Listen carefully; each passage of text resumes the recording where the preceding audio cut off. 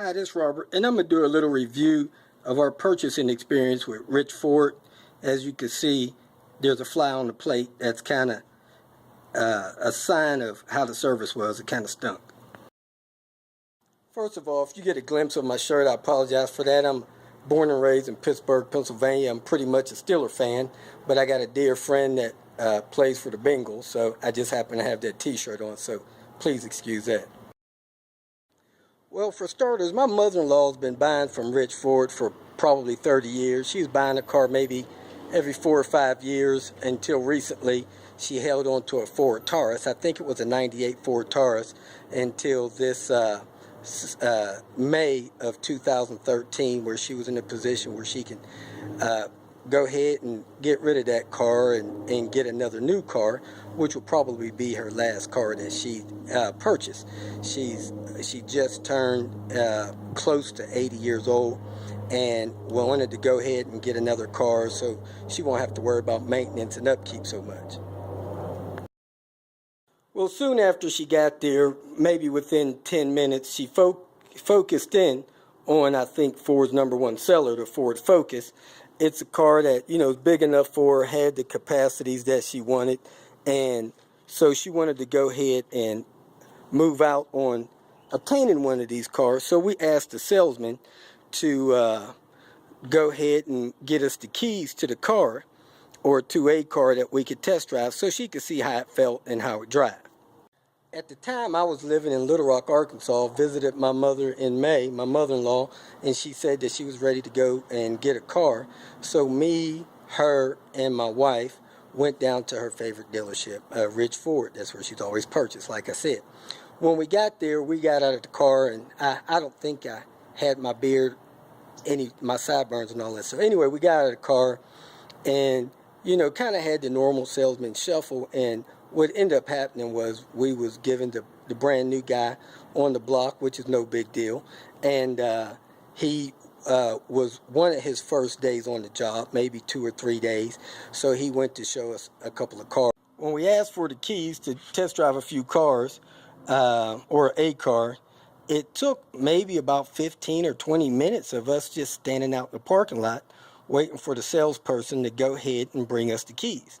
Well, once we got the keys, we got in, went for a short test drive, and, my mother-in-law, she didn't have a lot of patience, so she said, look, let's get this over with, get the paperwork done, and go ahead and get this behind me. So we went inside, sat down for the paperwork, and after probably about an hour and a half, almost 2 hours, we were able to leave there with the paperwork settled in on a car that they did not have in stock. She just wanted this gray color, and she wanted the base model. She didn't want any special features, and they didn't have any in stock, so they told her it would be about 3 or 4 days before the car came in. And she wanted the hatchback because it would be easy for her to load her walker in it and her groceries, and she was able to reach to pull the hatchback closed. My mother-in-law isn't one for a bunch of haggling and hassling. She just wants to get it over with. So we did not negotiate at all on the price. We didn't negotiate much for features. They did have a rebate or two that she qualified for. And the only feature other than what came on the car that she said she wanted was some tint on the window so it wouldn't be so hot and so the sun wouldn't bother her. And they told her that they were going to comp that for her. So we went on ahead and moved forward. Now, a few minutes later, maybe 30, 40 minutes or so, we ended up in this finance gentleman's office, and the whole way along, I told them how she was a loyal customer over the years, and I couldn't tell on the paperwork where they comped any tint. It looked like they were just rolling it in her finances, which, wasn't no big deal to make any big fuss out of. So we went through, we've got the extended warranty because it's supposed to cover the car for 7 years, 70,000 miles with a $50 deductible. I thought that was a good deal for her, especially since I lived out of town. So we closed the deal and left. One of the things that my mother-in-law wanted to do in purchasing the car was trade in her car. She didn't want to hassle or want me to hassle with selling it. She had a Ford Taurus, I think it was a 98, had about 72,000 miles on it. A lot of service records. Of course, old car needed a few things. So they took a look at the car and offered her $250 for it. Of course, I couldn't let her do that, and was kind of surprised they would just tell her that they wouldn't take a trade-in other than offer her $250 for a car with, gosh, 72,000 miles on it. But, you know, that's that. You know, that kind of rubbed me, but not too bad, because I knew I could sell a car. So I took the car, put it on Craigslist, and sold it the next morning for about $2,000. So that was a plus for her and me being there. Well, lo and behold, about a week and a half later, they finally gave my mother-in-law a car. They didn't give her the hatchback. They gave her the sedan. Said they had issues with getting a hatchback in. So 10 days after she ordered, she was supposed to get a car in 3 days. She ended up getting it in 10. That was a little bit disappointing, but at least she had a new car. She was off and running. Well, about a week after her getting the car popped the check engine light, so she had to take it in to have the light checked. Well, they didn't have time to do it then, so they kindly comped her a ride home, and there she sat for 10 days with no vehicle. So we have a lady that's very mature sitting at home with new car payments and no new car. So she finally got a little frustrated and called me back in Little Rock. So I had to call the dealership, call the service manager, and kind of, you know, in my opinion, put some heat on them to get her into a car. She didn't need to be stranded at home with no car after she had a new car.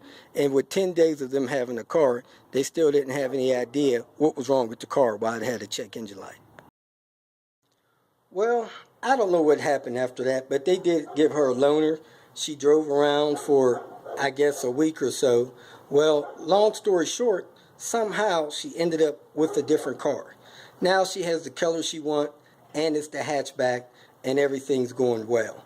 But, you know, the purchase experience was a little disappointing, but now she has a nice new car that she didn't have to worry about the maintenance. So I hope you guys take note if you're going to go down there and purchase a car. You know, kind of pay attention to what's going on, watch yourself, and be prepared to stand up for yourself, or, you know, you might get pushed aside. It's sad that they would do that to somebody that's a little bit more elderly, but hey, you know, that's the world we live in. Well, just found out a little bit more information about this car swap down at Rich Ford. This deal just keeps getting better. When my mother-in-law walked away from the dealership with the car initially, her payments was one amount. When she finally got the car swap taken care of, her payment jumped about $60 a month. So that's just more icing on the cake on this deal. If any of you have had a better experience about your new car purchase there at Rich Ford, please go ahead and comment and encourage other people to, you know, read your comments, and I will not edit them or delete them in no way. On a scale of 1 to 5, I'd say our new car purchase experience was probably a 2. We do have a car that's running well and it has all the features and stuff Mom wanted, but it did take, you know, a month or so to get that straightened out. If you feel that this information was beneficial, please like it and share it with your social media friends. You can also subscribe to my channel so that you can get notification of future videos that I post. Visit my channel. I have all types of do-it-yourself videos there. You can leave questions here and I'll try to respond to them as quick as possible. You can also visit my website at robertspinner.com. Thanks again for watching.